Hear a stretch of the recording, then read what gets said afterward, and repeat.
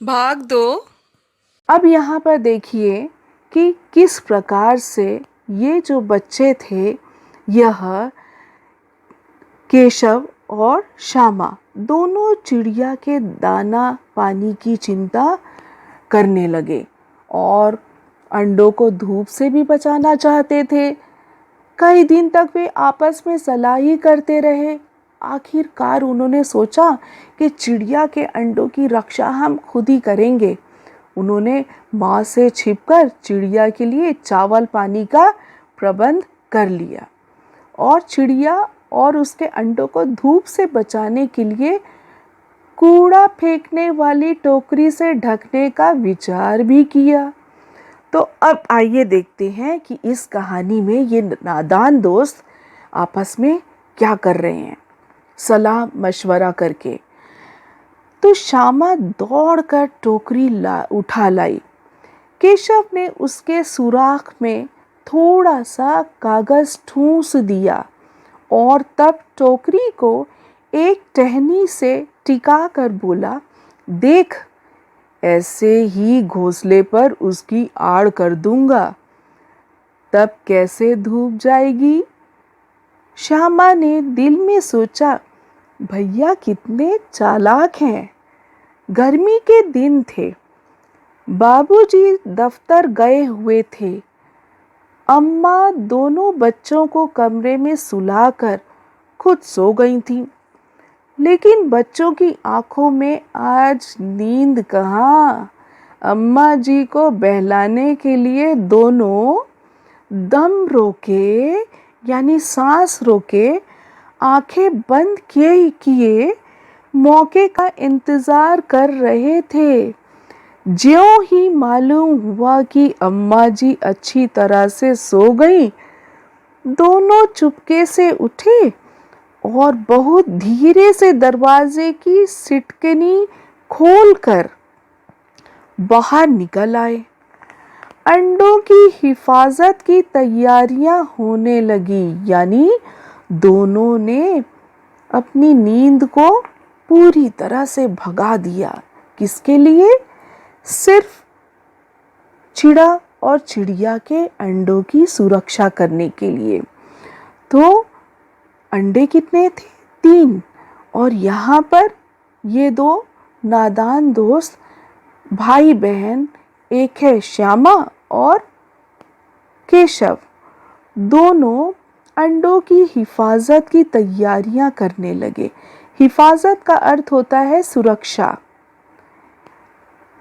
बच्चों, आप हिफाजत का अर्थ लिखिए।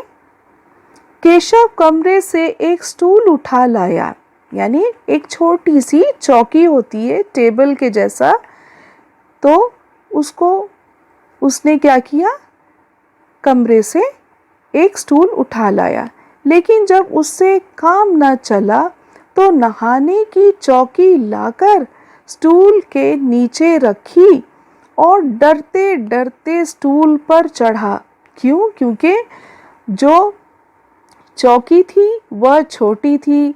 आप वहाँ पर चित्र में देख सकते हैं, पृष्ठ संख्या 15, यानी पृष्ठ संख्या 15, वहाँ पे देखिए किस प्रकार से चित्र में दिया गया है कि नीचे चौकी है और उसके ऊपर स्टूल रखा गया है।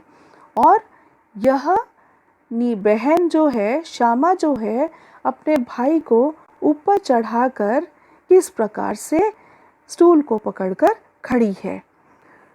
श्यामा दोनों हाथों से स्टूल पकड़े हुए थी।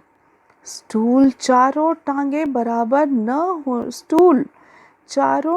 बराबर न होने के कारण जिस तरफ ज़्यादा दबाव पाता था, ज़रा सा हिल जाता था। उस वक्त केशव को कितनी तकलीफ उठानी पड़ती थी, यह उसी का दिल जानता था।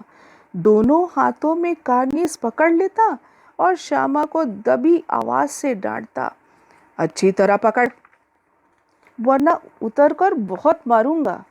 मगर बेचारी श्यामा का दिल तो ऊपर कार्निस पर था। बार बार उसका ध्यान उधर चला जाता और हाथ ढीले पड़ जाते। केशव ने ज्यों ही कार्निस पर हाथ रखा, दोनों चिड़िया उड़ गईं। केशव ने देखा कार्निस पर थोड़े तिनके बिछे हुए हैं और उन पर 3 अंडे पड़े हैं। कितने अंडे पड़े हैं बेटा? बच्चों, वहाँ पर कितने अंडे पड़े हैं? 3 अंडे कार्निस पर। जैसे घोंसले उसने पेड़ों पर देखे थे, वैसा कोई घोंसला नहीं है। श्यामा ने नीचे से पूछा, कै बच्चे हैं भैया? कै का अर्थ होता है कितने। यह एक प्रकार की क्या है?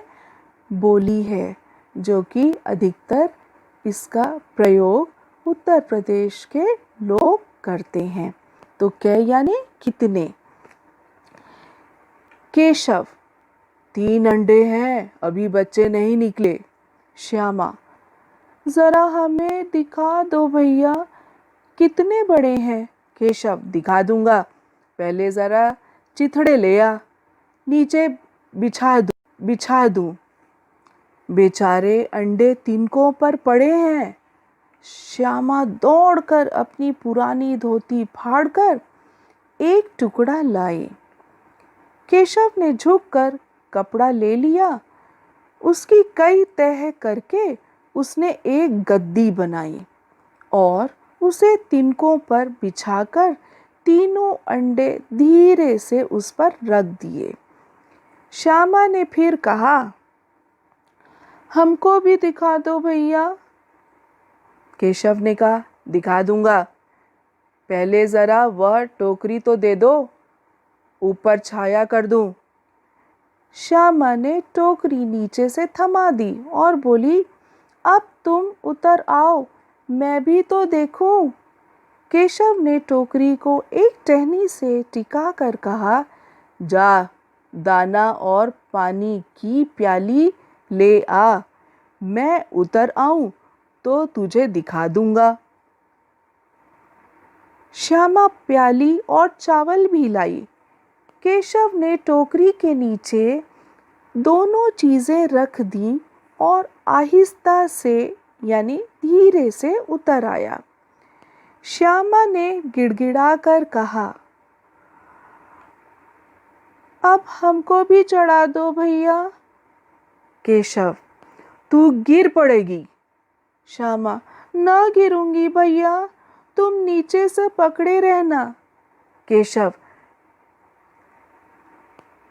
ना भैया, कहीं तू गिरा पड़ी तो अम्मा जी मेरी चटनी ही कर डालेंगी, कहेंगी कि तूने ही चढ़ाया था। क्या करेगी देखकर, अब अंडे बड़े आराम से हैं, जब बच्चे निकलेंगे तो उनको पालेंगे। दोनों चिड़िया बार बार कार्निस पर आती थीं और बगैर बैठे ही उड़ जाती थीं। केशव ने सोचा, हम लोगों के डर से नहीं बैठती। स्टूल उठाकर कमरे में रख आया, चौकी जहाँ की थी वहाँ रख दी। श्यामा ने आंखों में आंसू भरकर कहा, तुमने मुझे नहीं दिखाया, मैं अम्मा जी से कह दूंगी। केशव, अम्मा जी से कहेगी तो बहुत मारूंगा, कह देता हूँ। श्यामा, तो तुमने मुझे दिखाया क्यों नहीं? केशव, और गिर पड़ती तो 4 सर न हो जाते। श्यामा, हो जाते, देख लेना, मैं कह दूंगी।